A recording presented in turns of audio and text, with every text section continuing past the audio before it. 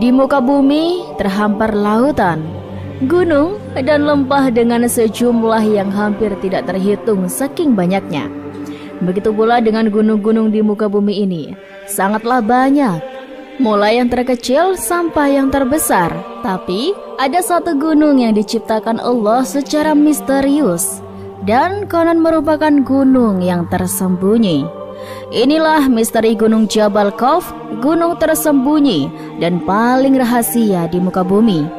Konon ada yang bilang Jabal Khawf adalah gunung yang terbesar dan merupakan induknya para gunung di seluruh muka bumi, di mana gunung lain adalah urat-uratnya.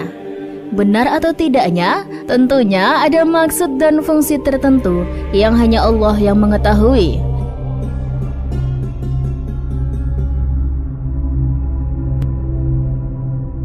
Gunung Jabal Khawf diciptakan tersembunyi dan misterius. Tidak ada yang tahu apa gunung tersebut, melainkan beberapa orang saja. Banyak pertanyaan mengenainya. Seperti apa bentuk dan ukuran Gunung Khawf? Apa fungsinya di bumi? Benarkah Jabal Khawf gunung terbesar di muka bumi? Rasulullah SAW pernah bersabda, sesungguhnya di balik Gunung Khawf terdapat sebidang tanah putih yang tiada tumbuhannya. Luas tanah itu seperti luas dunia 7 kali. Di situ penuh sesak dengan malaikat, sehingga andai kata sebuah jarum dijatuhkan dari atas, niscaya terjatuh di atas salah satu dari mereka.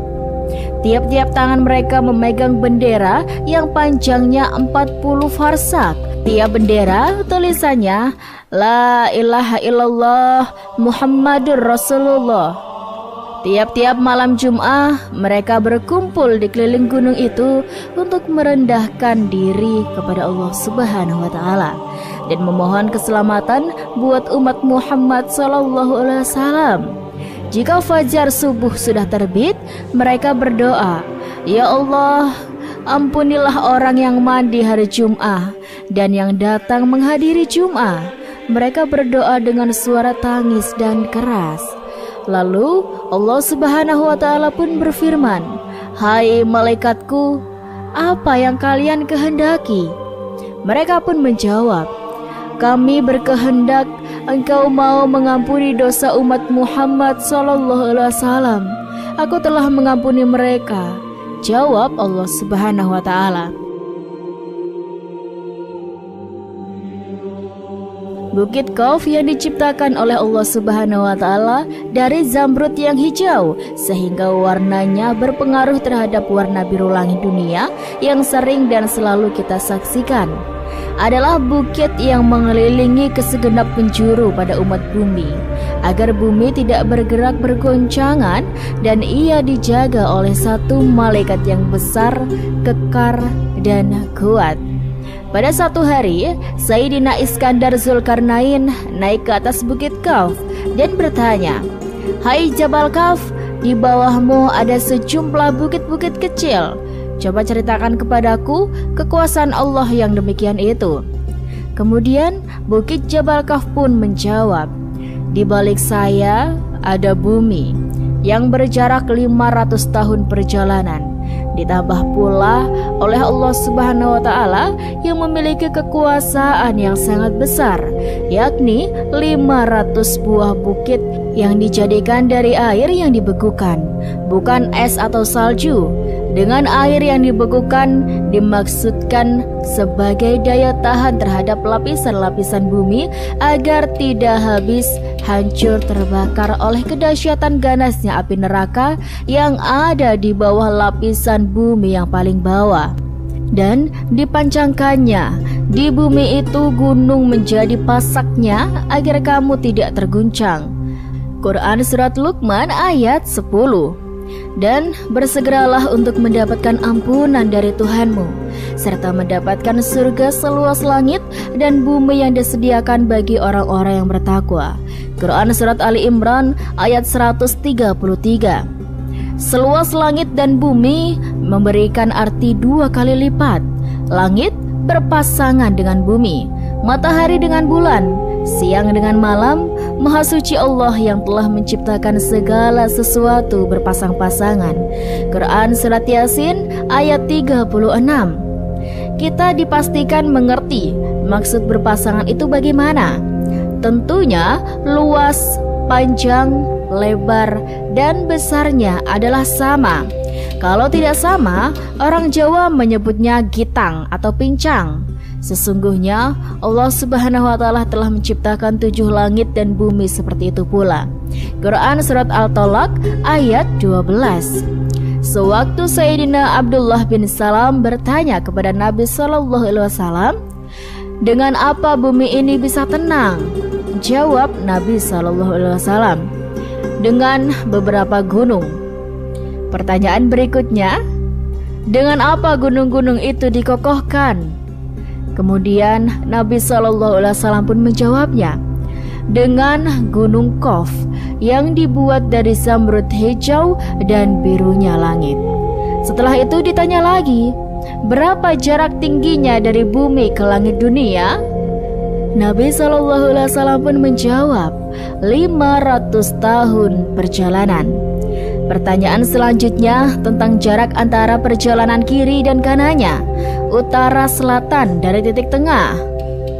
Nabi Muhammad SAW pun kembali menjawabnya, 200 tahun perjalanan. Dan ketika ditanyakan tentang penghuni bumi yang berlapis 7 itu, Nabi SAW pun menjawab, penghuni lapisan ke-7 adalah para malaikat. Penghuni lapisan ke-6 adalah iblis beserta bala tentaranya. Penghuni lapisan ke-5 adalah setan. Penghuni lapisan ke-4 adalah ular. Penghuni lapisan ke-3 adalah kalajengking. Penghuni lapisan kedua adalah jin, dan penghuni lapisan pertama adalah manusia. Allah Subhanahu wa Ta'ala berfirman, dan di bumi terdapat bagian-bagian yang mendampingi. Quran Surat Al-Ra'd ayat 4. Gunung Jabal Qaf menurut Syekh Muhammad Nazim Adil Al-Hakani, Gunung Qaf adalah sebuah gunung yang dikelilingi beberapa buah lembah dan bukit. Gunung ini terletak di antara daerah Yordania dan Arab Saudi. Ada juga yang mengatakan Gunung Qaf terletak di daerah daratan Yaman. Dan ada juga yang mengatakan Gunung Qaf berada di sebuah Persia, dekat tembok Ya'juj dan Ma'juj. Gunung Qaf merupakan daerah yang sangat luas. Di sanalah hidup para waliullah dari golongan Rijalul Ghaib atau laki-laki goib berjumlah sekitar 70 orang. Semua penduduk Gunung Qaf adalah para laki-laki soleh dari golongan manusia yang telah menjauhkan diri dari kehidupan duniawi dan memilih hidup untuk beribadah saja. Gunung Qaf merupakan suatu daerah yang gaib, tidak ada di alam nyata. Kehidupan di Gunung Qaf semuanya bersifat tersembunyi. Dari sisi kegaibannya pun setara dengan sisi kegaiban alam malaikat. Konon, tidak jauh dari Gunung Qaf tersebut terdapat sebuah pulau, Pulau Al-Qadar, tempat bertemunya dua arus air laut dan sungai. Di pulau itulah Nabi Khidir alaihissalam tinggal. Selain Gunung Qaf, terdapat juga Gunung Nu'wan. Gunung Nu'wan terletak daerah paling timur dunia. Ada yang mengatakan daerah ini adalah Pulau Kalimantan. Gunung Nu'wan merupakan daerah yang hampir mirip dengan Gunung Qaf.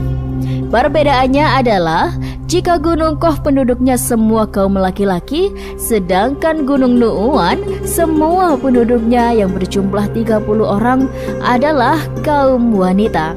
Mereka semua merupakan para mir'atul goib atau perempuan goib. Yang jelas, baik Gunung Qaf, Gunung Nu'wan, Bukit Merah, Pulau Al-Qadar, Tembok Zulkarnain, Danau Hayat, dan berbagai alam para waliullah lainnya. Hanya para wali dan orang-orang soleh saja yang bisa pergi ke sana. Gunung Qaf, kotanya para wali. Ini menurut Syekh Muhammad Nazim Adil Al-Hakani.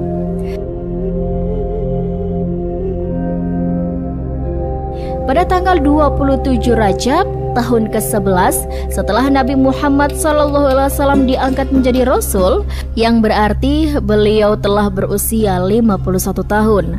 Beliau dipanggil Allah Subhanahu wa Ta'ala untuk menghadap di hari ba'anya dengan Isra Mi'raj sebagai wahana yang menyampaikan maksud tersebut.